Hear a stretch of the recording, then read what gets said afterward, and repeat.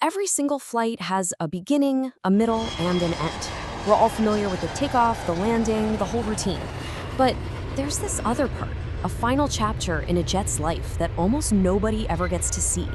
It's this last journey into total silence. It almost sounds like a riddle, right? Where do giants go to die? But this is very, very real. Think about it.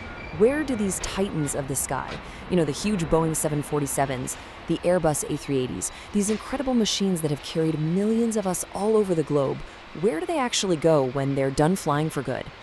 Well, their story ends with one final flight. But this one's different. There are no passengers on board, no friendly cabin announcements, no busy gate. It's just a quiet, empty plane on its last lonely trip, heading for a silent runway deep in the heart of the desert. And this is where they land, places like Victorville, California. We call them boneyards, but honestly, that's not really the right word for it. It's less of a graveyard and more like a strange, silent purgatory for these amazing machines. A real desert of sleeping giants. So you gotta ask, why the desert? Well, it all comes down to some really simple but crucial science. If you leave a plane in a humid place, the metal just gets eaten alive by rust and corrosion super fast. But out here, the dry desert air is like a natural preservative. It perfectly protects those massive aluminum bodies from decay. It's literally the perfect spot to put a multi-million-dollar machine into a long, deep sleep. Okay, so once a plane touches down for the last time, this eerie, really meticulous ritual kicks off. And believe me, this is way more than just parking it. It's all about prepping it for a long, uncertain hibernation, protecting it from those harsh desert elements. The whole process is kind of like a modern-day mummification. First thing, they drain every single drop of fluid, fuel, hydraulic liquid, you name it, to stop any corrosion from the inside out. Next up, the engines, the most valuable parts by far, are carefully wrapped up in this protective white plastic. And then finally, every single window, every door, every little opening gets sealed with a special coating. It's called spray lat, and that's what gives them that creepy, ghostly white look, turning a whole fleet of airliners into this silent fleet of ghosts. But here's the thing. This silent desert, with all its rows of sleeping giants, it's holding a massive secret. Because underneath that quiet, dusty surface, there's a bustling, high-stakes global industry at work. It's time for the billion-dollar autopsy. And this right here, this brings us to the central question, the big economic paradox that makes this whole world turn. How on earth can a dead plane, just sitting out there in the sand, be worth more than a plane that's actively flying?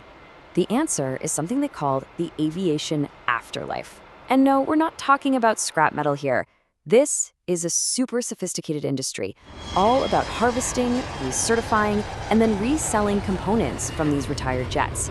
And these parts, they are absolutely critical to keeping the world's active fleet up in the air. Just to give you an idea of the sheer scale we're talking about, let's just look at the engines. A single jet engine, carefully salvaged from one of these ghost planes, can be worth over $30 million. Let that sink in. $30 million for just one part. And this just lays out the core economic truth perfectly. Look at these numbers. A retired Boeing 747 as a whole plane might be worth around $10 million. But when you start breaking it down, the set of 4 engines alone can go for over $30 million. The cockpit avionics, that's another $5 million. The landing gear, $2 million. The sum of its parts is just so much greater than the whole.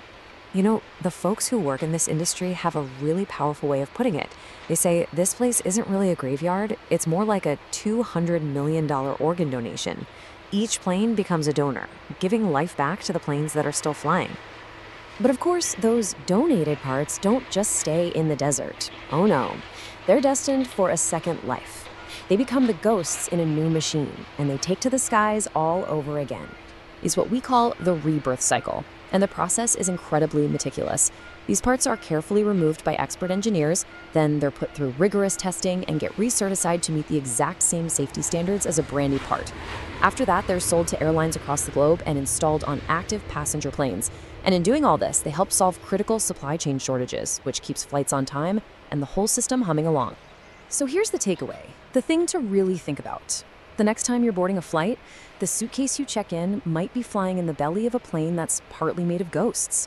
Components that once flew under totally different airline colors on a different continent in a whole other life. But what happens to what's left behind? I mean, after all the valuable organs are harvested, that empty aluminum shell, the fuselage, it faces its final brutal end. This is the return to dust. There's no more ceremony at this point, no more careful preservation. It's just the end. The heavy shears arrive.